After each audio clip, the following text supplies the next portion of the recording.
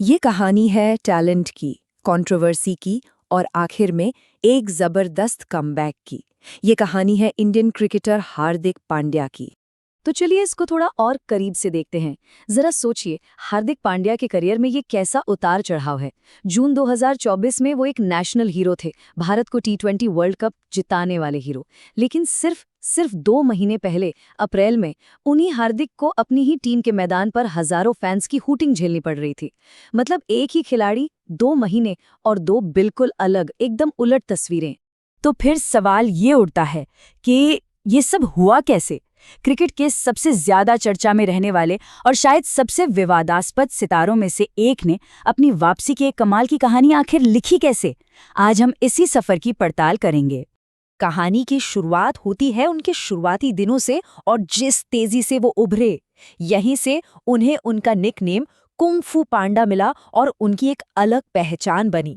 हार्दिक की कहानी ना सच में फर्श से अर्श तक की है। उनके पिता हिमांशु पांड्या ने अपने बेटों को बेहतर क्रिकेट ट्रेनिंग दिलाने के लिए अपना छोटा सा कारोबार बंद किया और वडोदरा शिफ्ट हो गए। लेकिन जब उनके पिता को एक के बाद एक कई हार्ट अटैक आए तो पूरा परिवार बहुत बड़े आर्थिक संकट में फंस गया। वो लोग 50 स्क्वायर फीट के किराए के मकान में रहते थे। उस दौर में हार्दिक घर चलाने में मदद करने के लिए लोकल टूर्नामेंट्स में 400 से 500 रुपए के लिए खेला करते थे। इन सब मुश्किलों के बावजूद उनका टैलेंट रुका नहीं। जरा इस टाइमलाइन को देखिए, ये दिखाती है कि वो कितनी तेजी से आगे बढ़े। 2013 में डोमेस्टिक क्रिकेट में डेब्यू और सिर्फ 4 साल के अंदर 2017 तक वो भारत के लिए टेस्ट डेब्यू कर चुके थे। मतलब कमाल की रफ्तार थी ये। और ये कोट ये शानदार तरीके से दिखाता है कि वो अपने बारे में क्या सोचते हैं। हार्दिक ने खुद कहा था, जंगल में मोर नाचा किसने देखा। लेकिन वो कहते हैं कि उनके साथ ऐसा नहीं हुआ। जब भी उन्होंने डांस किया है, मतलब जब भी उन्होंने परफॉर्म किया है, किसी ना किसी ने उन्हें जरूर देखा है। और वो कोई थे मुंबई इंडियंस के स्काउट और पूर्व कोच जॉन राइट, जिन्होंने 2014 में उनकी एक तूफानी पारी देखी और बस उनकी जिंदगी हमेशा के लिए बदल गई। लेकिन कहते हैं ना, कामयाबी अकेले नहीं आती।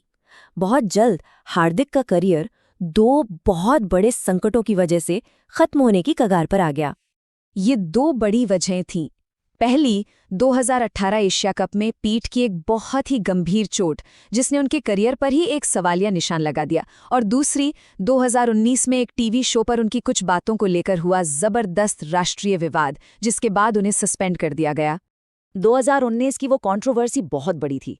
एक पॉपुलर टीवी शो पर उनकी कुछ टिप्पणियों ने, आप जानते हैं, एक बड़ा हंगामा खड़ा कर दिया। और नतीजा ये हुआ कि बीसीसीआई ने उन्हें और केएल राहुल को फौरन सस्पेंड कर दिया। उन्हें ऑस्ट्रेलिया दौरे से बीच में ही वापस भारत भेज दिया गया और लोगों ने उनकी बहुत ज्यादा आलोचना की। और फिर था चोटों का असर। जरा इस नंबर पर गौर कीजिए, 60। ये उन वनडे मैचों की अंदाजन संख्या है जो हार्दिक ने 2019 और 2023 वर्ल्ड कप के बीच चोट और खराब फॉर्म की वजह से मिस किए। मतलब उनके करियर का एक बहुत बड़ा हिस्सा मैदान से बाहर ही बीता। ऐसा लगने लगा था कि शायद उनका करियर अब ढलान पर है। लेकिन यहीं से कहानी ने एक बिल्कुल नया मोड़ लिया। हार्दिक ने खुद को एक खिलाड़ी के तौर पर नहीं, बल्कि एक लीडर के तौर पर फिर से गढ़ना शुरू किया। और इस बदलाव की शुरुआत एक टेक्स्ट मैसेज से हुई।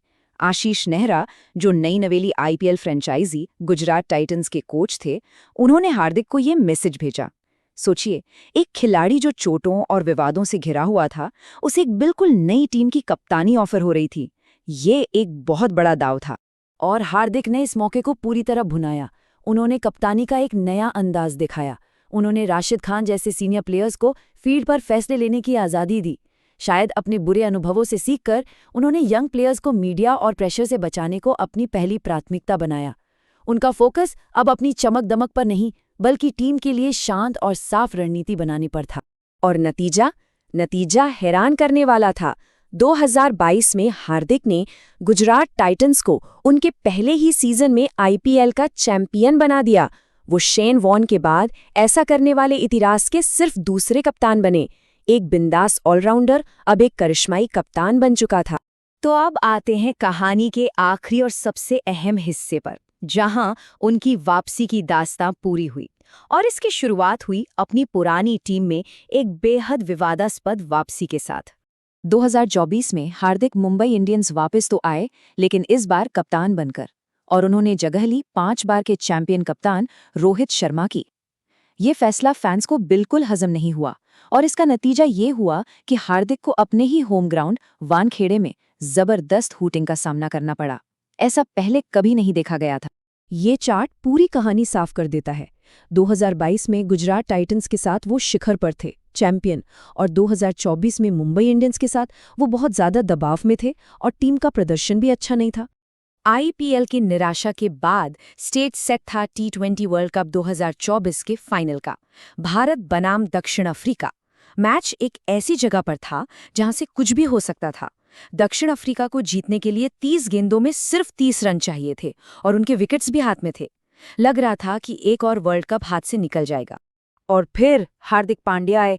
उन्होंने 17वें ओवर में खतरनाक दिख रहे हेनरिक क्लासन को आउट करके मैच का पासा ही पलट दिया। और फिर आखिरी ओवर में जब 16 रन बचाने थे तो उन्होंने न सिर्फ वो रन बचाए बल्कि डेविड मिलर का सबसे बड़ा विकेट लेकर भारत को वर्ल्ड कप जिता दिया।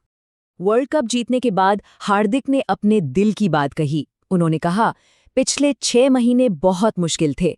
मैं चुप था। मैंने बस यही सोचा कि मेरा काम, मेरा खेल ही सबसे अच्छा जवाब होगा। और उन्होंने दुनिया के सबसे बड़े मंच पर वही कर दिखाया। तो हार्दिक पांड्या की ये कहानी आखिर हमें सिखाती क्या है? आज के इस दौर में जहां हर खिलाड़ी सोशल मीडिया और पब्लिक की नज़रों में 24 घंटे रहता है, उनकी ये यात्रा हमें दबाव झेलने, खुद पर यकीन रखने और आलोचनाओं का सामना करने के बारे में क्या बताती है? ये एक ऐसा सवाल है जिस पर सोचना बनता है।